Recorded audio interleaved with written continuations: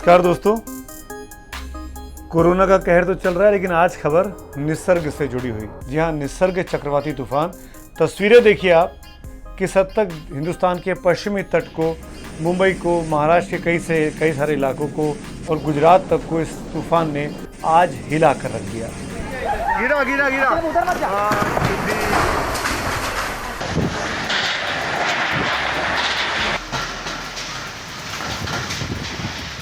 आज इन्हीं तस्वीरों के साथ हैशटैग विद सुमित अवस्थी में इसी मुद्दे पर बात करने वाला हूं।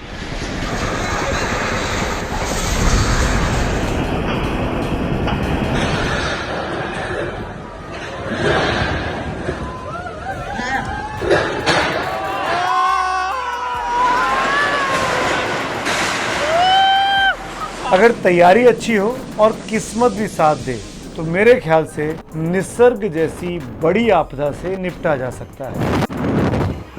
बीते 24 घंटे से इस बात की आशंका थी, इस बात का डर था कि क्योंकि भारत के पश्चिमी तट पर इस तरह का चक्रवाती तूफान बीते 100-125 साल से नहीं आया है, तो वहाँ पर रहने वाली जो आबादी है, तटीय इलाकों में जो आबादी है, मुंबई में, पालघर में, दमन में, गुजरात के सूरत और पोरबंदर जैसे इलाकों में, उन लोगों को आदत नहीं है इस तरह के तूफानों से निपटने की, जिस तरह की आदत पश्चिम बंगाल या उड़ीसा या पूर्वी तट पर रहने वाले बाशिंदों को है। तो ये माना जा रहा था कि क्योंकि देश की आर्थिक राजधानी पर तूफान का असर होगा, बहुत ज़्यादा नुकसान हो सकता है। बहुत सी तैयारियां सरकार ने और एनडीआरएफ की टीम्स ने मिलकर की बीते एक हफ्ते के अंदर। जो मेरे पास जानकारी है उसके मुताबिक दक्षिणी गुजरात से करीब 50,000 लोगों को इवैक्यूएट कराया गया। महाराष्ट्र के तटीय इलाकों से करीब 40,000 लोग सुरक्षित जगहों पर पहुंचाए गए। दमन में करीब 4,000 लोग पहुंचाए गए। रायगढ़ डिस्ट्रिक्ट जो कि महाराष्ट्र में, वहां से 14,000 लोगों को निकाल के तट से दूर जो सरकारी विद्यालय हैं, कॉलेजेस हैं, धर्मशाला हैं, परमानेंट जो स्ट्रक्चर्स हैं जो उखड़ नहीं सकते तेज़ तूफान में, वहाँ पर इनको ठहराया गया। तो करीब 1 लाख से ऊपर लोगों का इवैक्यूएशन हुआ और इसका फ़ायदा अभी कम से कम मैं ये कह सकता हूँ, अब जब मैं ये बातचीत को रिकॉर्ड कर रहा हूँ, कम से कम एक भी खबर ऐसी नहीं है कि किसी की जान गई है। हालांकि नुकसान सामान का, माल का, बिल्डिंगों का ठीक ठाक हुआ है। बिजली के खंभे टूटे हैं, बहुत बड़ी मात्रा में पेड़ टूटे हैं। मुंबई में तो पेड़ टूट के कारों के ऊपर गिरे हैं, वो तस्वीरें भी आप देखिएगा और आपको समझ में आएगा कि किस तरह का भयंकर वो मंजर रहा होगा जब ये तेज़ हवाएं मुंबई से गुजरी होंगी। मैं फिर कहता हूँ कि किस्मत अच्छी थी कि ये मुंबई में ज़्यादा देर तक, मुंबई के भीतर इस निसर्ग तूफान का असर नहीं दिखाई दिया और शायद इसीलिए मेरे सहयोगी जितेंद्र दीक्षित मौके पर खड़े होके इस तरह की रिपोर्ट आज कर पाए। आप उनको देखिए, इन तस्वीरों में आप समझ जाएंगे कितना मुश्किल रहा होगा उस वक्त बरसती बारिश में खड़े होना। लेकिन सबसे अच्छी बात ये रही कि इसके बावजूद भी बहुत बड़ा नुकसान आर्थिक तौर पर नहीं हुआ है। जितेंद्र की रिपोर्ट देखते हैं। सीधे सीधे अरब सागर की ओर से तेज हवाएं इस वक्त यहाँ पर आ रही हैं और इतनी तेज हवाएं हैं कि मेरा खड़ा रहना इस वक्त इस जगह पर मुश्किल लग रहा है। इसी तरीके से अगर पहले से पता लग जाए कि ऐसा तूफान आने वाला है, जैसे उम्पुन के वक्त पे पूर्वी तट पर हमको पिछले हफ्ते पता लगा था, पिछले दिनों पता लगा था, वैसे ही इसके बारे में जानकारी करीब 5 से 7 दिन पहले निसर्ग के बारे में आ गई थी। इसीलिए एनडीआरएफ की टीम हो, स्थानीय प्रशासन हो, मुंबई का बीएमसी हो, राज्य सरकार हो, गुजरात की, महाराष्ट्र की, दमन की, यूनियन टेरिटरी की सरकार हो, ये लोग तैयारियां करने में इन्होंने कोई कोताही नहीं बरती। यहाँ तक कि खुद प्रधानमंत्री ने दिल्ली में बैठकर कल कई बार की बैठकें की। गृह मंत्री अमित शाह, जिनके तहत एनडीआरएफ की टीम आती है, जिनको वो रिपोर्ट करती है, वो लगातार बीते 24 घंटों से या 48 घंटों से नज़र बना के रखे हुए थे। और आप अभी, क्योंकि हम तैयार थे, क्योंकि हम प्रिपेयर्ड थे, तो आज हमको ये लग रहा है कि बहुत बड़ा नुकसान होने से, इस आपदा से, इस विपत्ति से हमने बचा लिया है।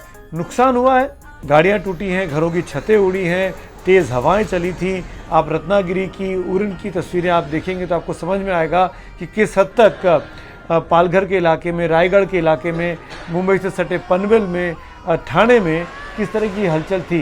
लेकिन ये तमाम हलचल दिखाती है कि ये उतनी खतरनाक नहीं थी जितनी इसकी आशंका व्यक्त की जा रही थी।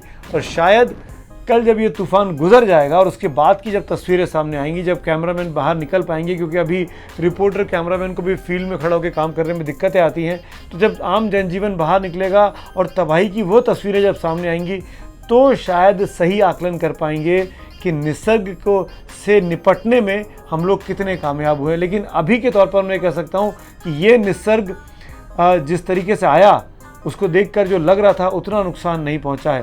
और आपको पता है निसर्ग का नाम निसर्ग इस बार किसने दिया है?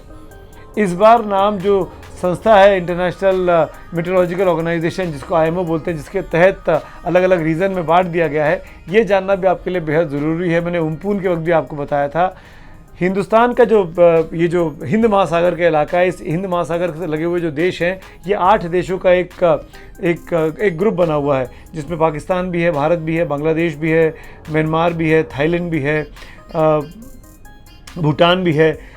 इन देशों का मिलकर एक संगठन है और उसने 8 देशों ने 8 नाम दिए हुए हैं, तो 64 नामों का एक पूल है। उस पूल में से उम्पुन जो नाम था वो थाई भाषा का नाम था और उसको लिया गया था, वो उस 64 पूल का आखिरी शब्द था। अब ये सेकंड साइकिल शुरू हो गई है और इस सेकंड साइकिल में पहला नाम जो था वो निसर्ग था और निसर्ग नाम बांग्लादेश की तरफ से आया है। निसर्ग का अगर आप मतलब पूछेंगे तो डिक्शनरी मीनिंग उसका त्यागना होता है, छोड़ना होता है, प्रकृति होता है, इंग्लिश में नेचर भी जिसको कहते हैं।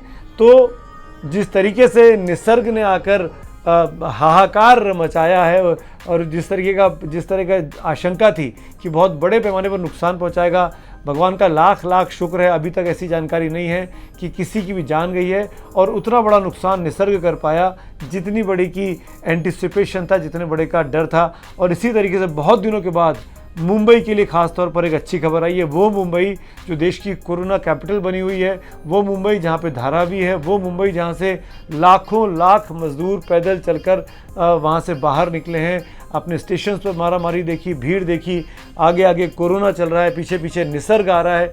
इन सब के बीच में अगर निसर्ग ज़्यादा तबाही नहीं मचा पाया है तो जाहिर तौर पर पहली बार मुंबई के लिए, मुंबई वासियों के लिए एक छोटी सी ही सही लेकिन राहत भरी खबर जरूर आई है। धन्यवाद। ABP न्यूज़ आपको रखे आगे।